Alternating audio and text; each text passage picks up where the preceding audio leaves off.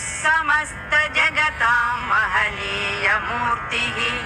भद्राणि मे दिशतु भार्गवनन्दनाय प्राप्तं पदं प्रथमतः खलु यत्प्रभावात् माङ्गल्यभाजि मधुमाथिनि मन्मथेन मय्यापतेत् तदिह मन्थरमीक्षणार्थम् मन्दालसं च मकरालय कन्यकायाः विश्वामरेन्द्रपदविभ्रमदानदक्षम्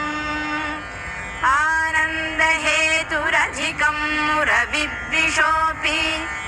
ईशं निषीदतु मयि क्षणमीक्षणार्थम् इन्दीवरोदर सहोदरमिन्दिरायाः